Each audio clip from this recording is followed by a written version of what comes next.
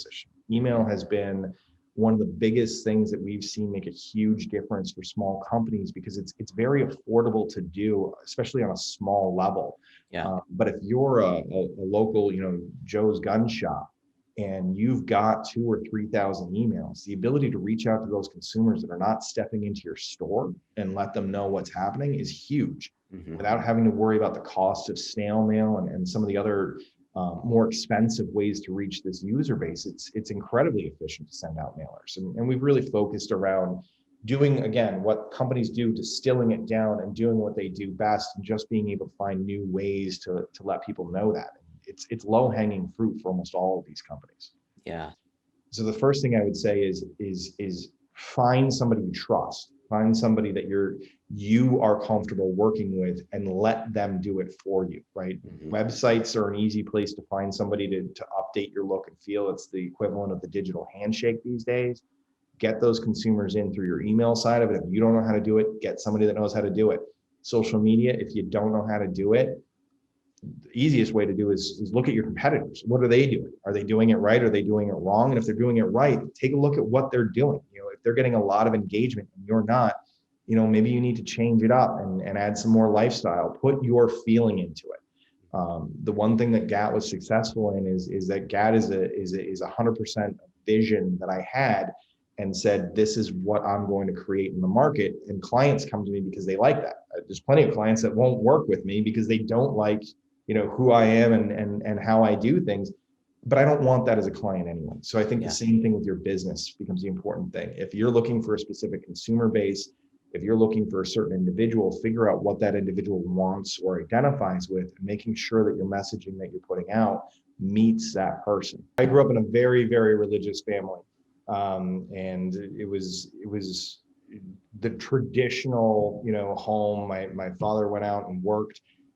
He was excessive at working to be able to make sure that he fed the 4 kids that he had on a very limited education. So typical kind of, mom stayed at home, raised the kids, took care of everything. Dinner was always precisely on the table, so that, the minute my dad would walk in, he could come in, sit down, eat. And it was great. I've got, 3 siblings, my parents, and being able to hear what my dad encountered in business and what was going on in his day. And then my brothers are much older than I am, and kind of getting to look forward to see, the types of cool things that they were doing that I wasn't allowed to do yet. And as they started working, learning about what they were doing and really having that closeness. So it was an enjoyable experience, and something that I've worked very hard to carry over with my own family now that I have my own kids. Yeah, that's great. There.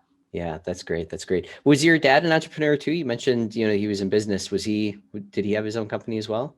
He did. So he had started in retail. When he got out of the military, he got a job in retail. And he'd always wanted to be a blacksmith, interestingly enough. Very cool. I know it's a super weird thing, right?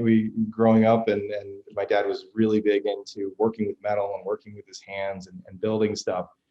There wasn't a huge demand for locksmiths in New York where I grew up.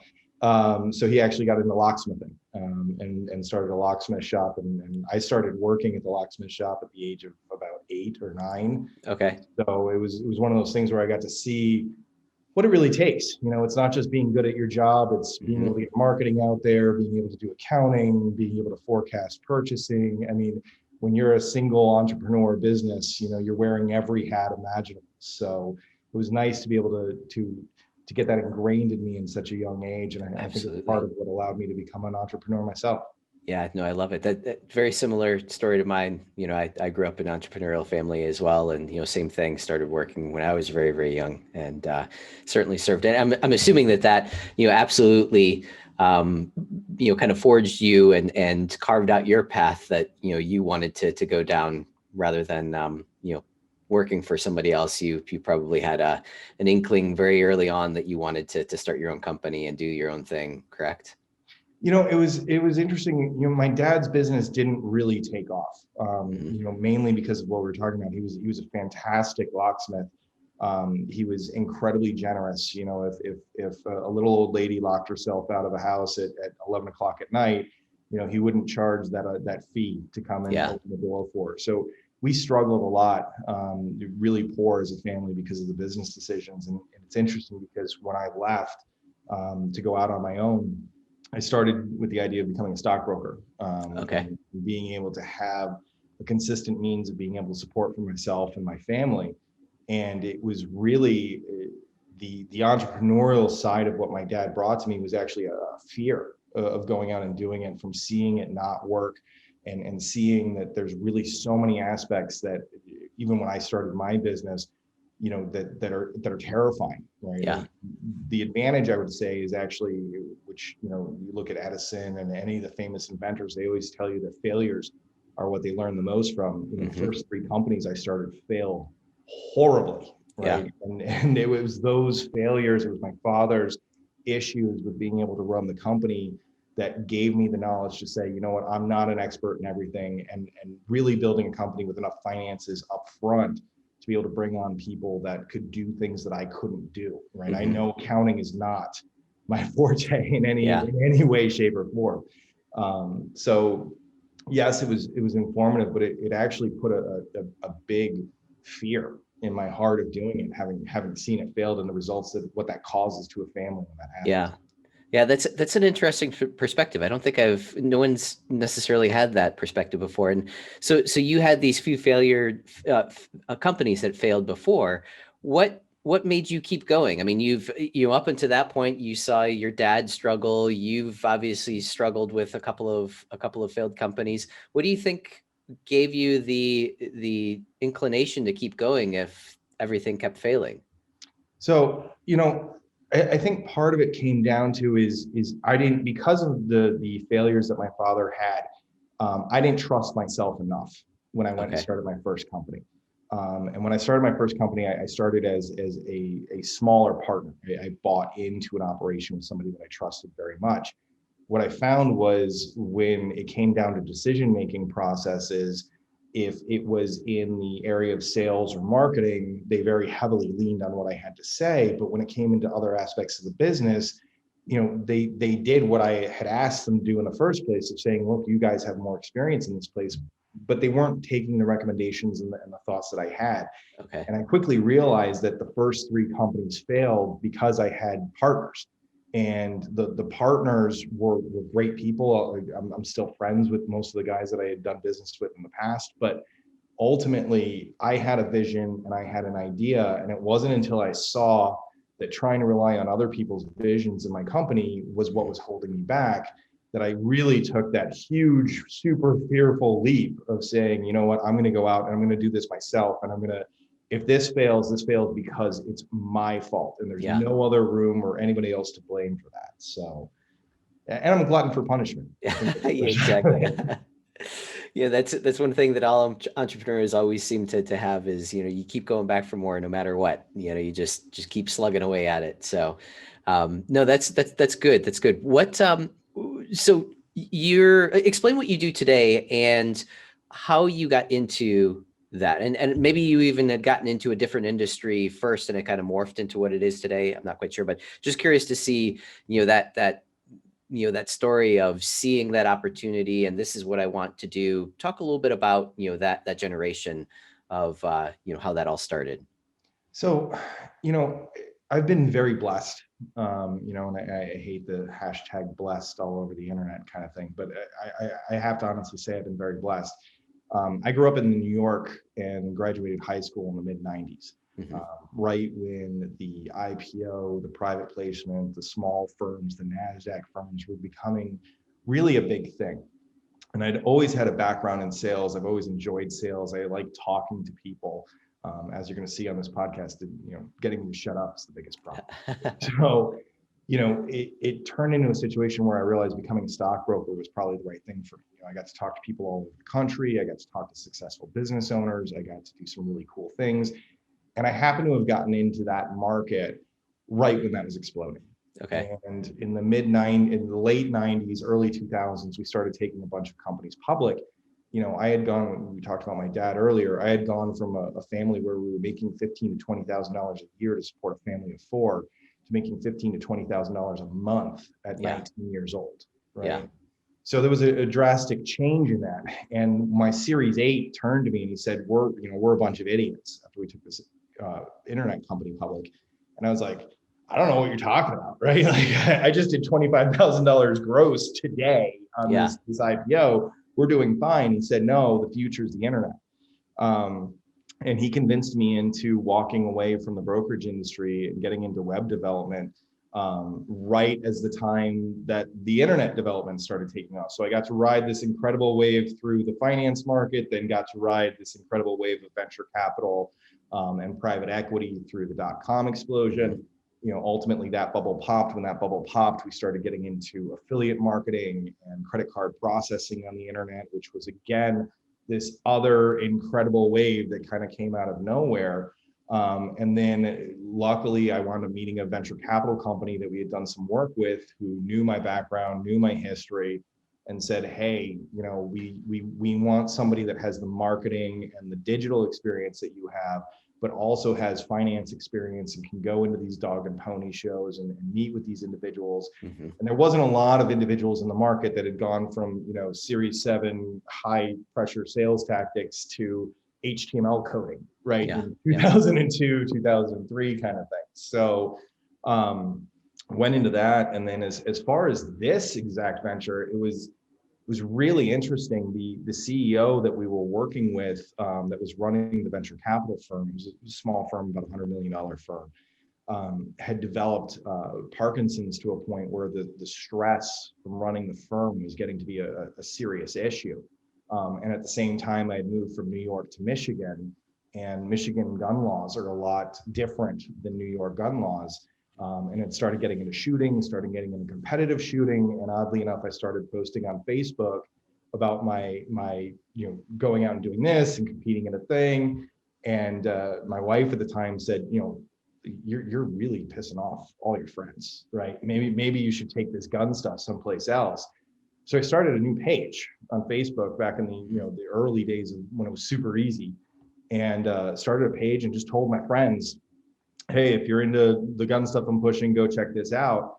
And all of a sudden it just started gaining followers, right? Left and right. And in a matter of like 2 or 3 months, we had 6,000 followers. And I'm like, wow, why is there 6,000 people that care what I think about, the firearms industry? And we started working with companies, and they started sending us products. And the earlier days of influencer marketing before social media was the big way to do it, right?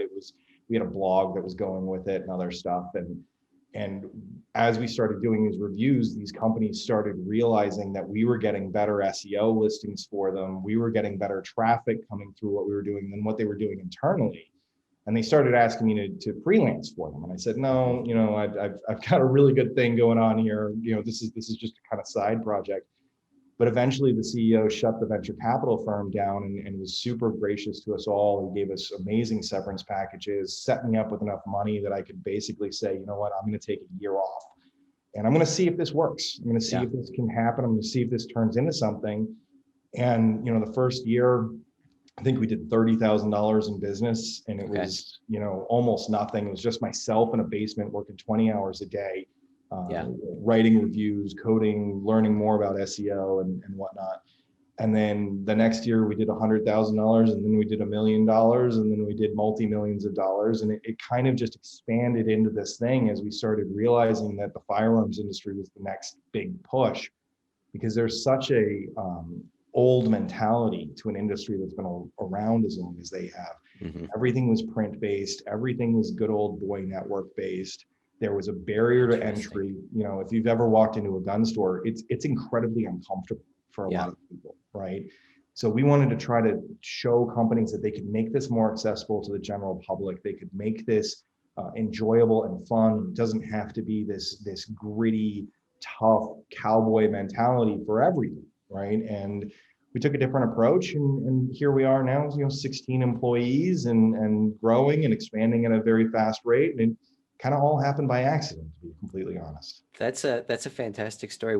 So in the early days, were you actually selling firearms, or were you always helping companies who sold firearms? What direction was that? So we've never sold firearms. Okay. That's never been a business. I learned a long time ago when I was in the brokerage industry. We were lucky enough to have motivational speakers and individuals come in that were able to kind of let us look at the world in a different paradigm. Shifting paradigms was a huge part of what we were taught, and understanding that the person that's on the other end of the phone doesn't necessarily look or see the world the same way that you do. Yeah. And the ability to look at that. But one of the things that he taught us is that the people that made the money in the gold rush were not the individuals that were digging for gold, right? Mm-hmm. Some of them hit, some of them didn't. The guy that consistently made money every single time was the guy that was selling shovels. So we took a very strong approach to say, we're not looking to compete against our customers. We're not looking to push out. I'm not looking to be a retailer. We are a support team. Mm-hmm. We will let you do what you do, and we'll help you do it better. And that was really a fundamental core, and it's something we hold to this day. We don't sell any products. We only help our clients sell more. Interesting. Okay, so if I was a gun dealer, what types of services would you provide me? How does your company work? How do I benefit from that as a gun dealer? So we work in every sector that touches the firearms industry. We work with publisher companies and figuring out how to get more push to their traffic. We work with manufacturers that are trying to work on a branding basis, and we do work directly with retailers. So when it comes to retailers, one of the first things we look at is their website, right? Mm-hmm. Is it a static, the amount of scrolling 90s marquee, buy from us, that we saw when I first started in this industry was amazing to me. I was blown away that anybody could do business like this. So the first thing we do is try to make, mobile friendly websites that are clean, that are concise. A lot of these places didn't have calendars because they didn't know how to update. To be able to say what days they were doing CPL classes or what days they're having training events or anything of that nature. So it was really a black hole. It was nothing more than a fancy yellow page listing. Mm-hmm. So we do that. Then we would focus them in through Yelp and local Google search to be able to find individuals that are close enough to be able to go to that base. And the biggest thing that we've always pushed to all of these individuals is don't rely on other people's sandboxes. And I'm sure we'll get into this later, but Facebook is a sandbox that so many people spend so much time and so much money. Facebook came out turned around and became incredibly anti-gun, which is their prerogative and their choice. But when you spend hundreds of thousands of dollars to millions of dollars, like some of our clients did before bringing us on board, to build a Facebook following and then not be able to reach them, you're not in control of your own destiny. So we've always pushed your own organic content, blog content, local search content, and email acquisition. Email has been one of the biggest things that we've seen make a huge difference for small companies because it's very affordable to do, especially on a small level. But if you're a local, Joe's gun shop, and you've got 2,000 or 3,000 emails, the ability to reach out to those consumers that are not stepping into your store and let them know what's happening is huge. Without having to worry about the cost of snail mail and some of the other more expensive ways to reach this user base, it's incredibly efficient to send out mailers. And we've really focused around doing, again, what companies do, distilling it down and doing what they do best, and just being able to find new ways to let people know that. It's low-hanging fruit for almost all of these companies. Yeah. So what types of companies, you mentioned, you're dealing with retail and, the gun store owners. Who would be your ideal client, would you say? What does that profile look like? Well, as a father, I like to look at the fact that all my kids are a little bit different. I don't love any of them more than I love any other one of them. We like exciting, right? We like the ability. So obviously, companies that have a larger budget allow us to do things that we can't always do. If you're coming in and you're, Joe's local gun shop, and there's a 60-mile radius maybe that you can really pull from, there's only so much we can do. Right. But when we start getting into some of the manufacturers that we deal with and working on a national, brand advertising where we can get TV, we can get radio, we can go and spend the money to go do a hunt and film that, and then have this really cool, unique content that we can break up a whole bunch of different ways. That's fun, right? So it doesn't necessarily mean that makes them more of an ideal client, but it does make what I get to do fun. And we always try to push the envelope. We always try to do something neat. We always try to work with whatever we have. So, that ability to kind of do new and unique things is always really what we're looking for in a client, and growth. When we look at a client and we see they've been doing everything great for a really long time, and it's going to be just picking it up and maintaining it, that doesn't really interest me, right? Yeah. I want the guy who, maybe had a great brand in the 80s or 90s, and it was just doing absolutely fantastic, and they didn't keep up with the changes, and they've kind of fallen behind in the digital world, and they rely on us to come in and revamp the entire digital. We revamped everything Walther was doing. Their digital website, their digital frontage, how they were reaching out to dealers. That was a huge thing. When we worked with DeSantis, New York-based company that's been family owned and started by making undercover rigs for the undercover detectives on NYPD, right? This is close to my heart, right, growing up there. Yeah. And it was a company that relied on catalogs for a huge percentage of their sales, and being able to revamp their website with them, really bring a social media presence that people are engaging with is fun and cool and new, when this is a company that's been around for 40 years. So those are the types of things I really like to do. That's really cool. What are some tips that you could give to someone who might be trying to do it themselves, or trying to implement some of these new technologies? What are some of the things that you have seen that really worked? You touched on email already, and you touched on not playing in other people's sandboxes or other Facebooks or Instagram or anything like that, not spending too much time there. What types of things would you suggest that they should try? And what do you think would have the biggest impact for them? Almost always email is the biggest impact.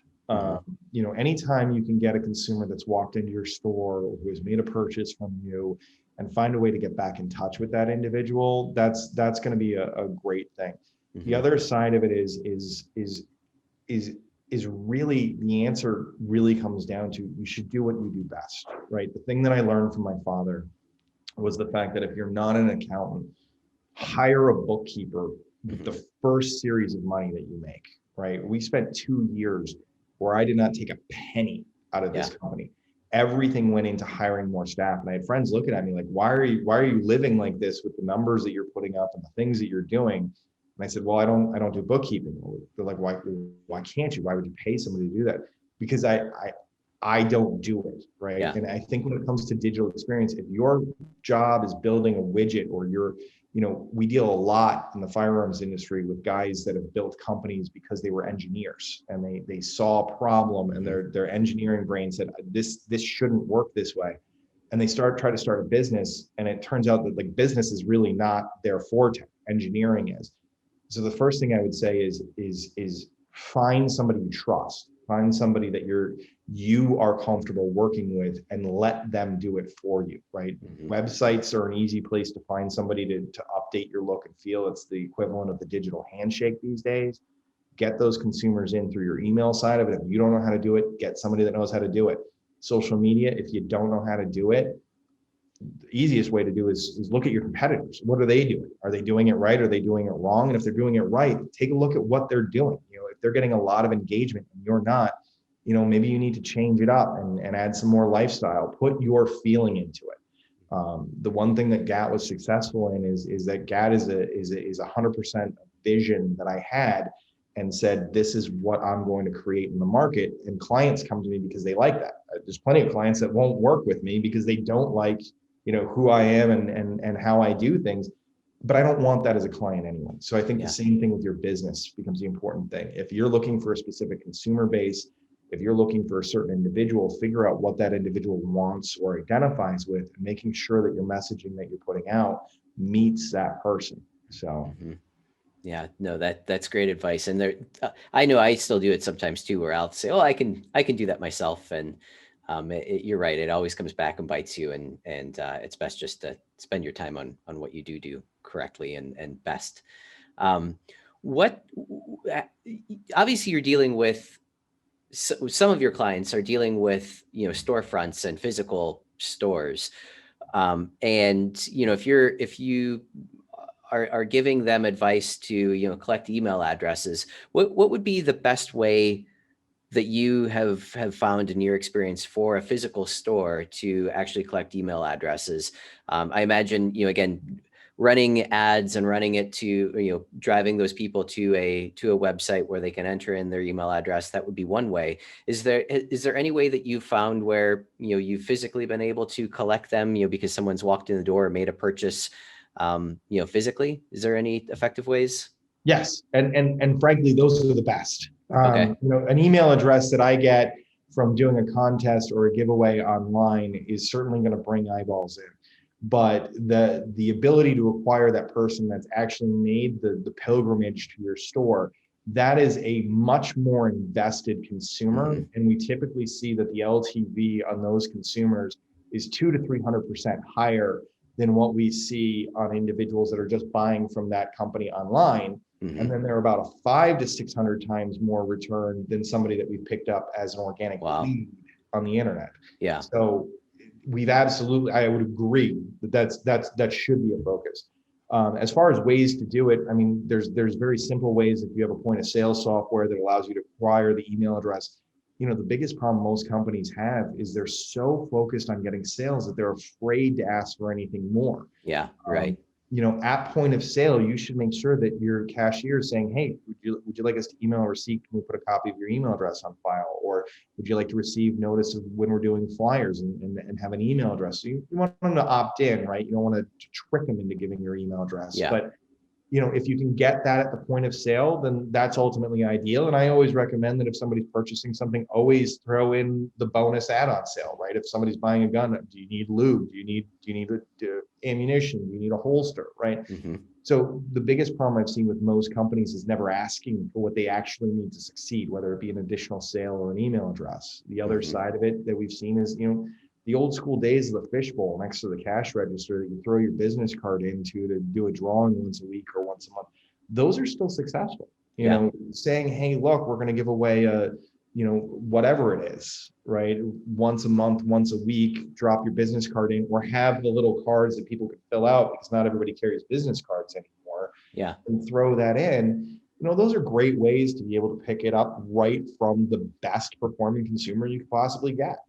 Yeah, no, and that makes perfect sense too. I've met quite a few direct mail campaign people, and they have always said that, if I go and buy a list of, people that fit a specific profile, that's one thing. But if I have a list of buyers, that have already bought and have already engaged, that's a hell of a lot more valuable than anybody else. So that what types of you touched on it briefly, but are there any strategies, I guess you can say, for that conversation for collecting that email address? Because like you said, I know that a lot of people are very apprehensive about bringing up, anything extra, the person standing there cashing out and, I don't want to ask them for anything else. Is there anything that you would suggest? Is it a promo? Is it, some type of, I don't know what would be the right way to be able to present the asking of an email address. What would it be for? What are some things that people seem to respond well to when you make that ask? You always have to create a value add. One of the things that I've been cognizant of is email has become less beneficial in the last 2 to 3 years as more and more companies are understanding that email is super beneficial. Just like Facebook became less beneficial as more and more companies realized that Facebook was beneficial. So anytime you get into a situation where there's a strong tool for making money as a business, more and more people are always going to do that, and it's going to dilute the results. But the key is to make a value, right? So when I hand over my email address at the point of sale, I'm handing it over for a reason. That reason can be as simple as saying, hey, we'd love to send you some information and save on printing the receipts. And while some people are environmentally concerned, that becomes a reason that it's worthwhile to give that email address. For other individuals, they're super conscious of what they're spending. I am on hundreds and hundreds of email lists mainly because I love a sale. There's Mhm. few things in this world. Me and my girlfriend are adamant that, you know, sales are the only time to Yep. buy anything, right?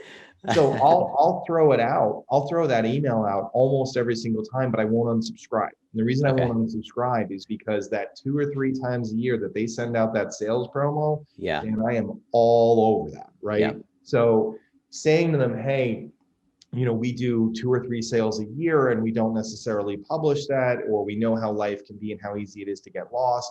Can you give us your email address so we can let you know what those are? And the flip side of that is that if you're going to ask for it, you have to make sure that you deliver on whatever you say, right? Yeah. Because there's nothing worse than the bait and switch. If you're saying I want to send you 2 to 3 emails a year around specific sales, then you have to send 2 to 3 emails a year and that's it. Yeah. If you say it more in a general sense of, hey, we were doing weekly promotions or monthly promotions, would you like to sign up?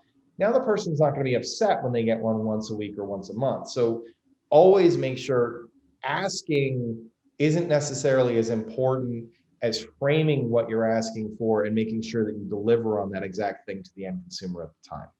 I love it. Yeah, that is great. You know, it's interesting. You're in the firearms industry, but this advice crosses over into pretty well, you know, any business. So certainly appreciate that. If somebody want to learn more about you or your products or services, what would be the best way to get in touch with you, would you say? So the best thing is go to gatmarketing.com. We have a contact form on there that you can fill out what your specific questions are, what you're looking for, and set up a consultation. We can usually get you through an initial consultation that'll go through one of the account reps that we have. Every one of these people has worked in marketing for a series of years, has been working with me and seeing how we do business here, which is a little bit different than how some of our competitors do it. So they're spun up on that, and then they can have a good conversation with you or refer it up to me if it's something that we really need to delve in. And especially if it's something super cool, I want to be involved.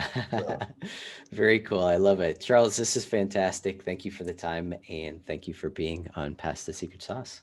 thank you. It's been a pleasure.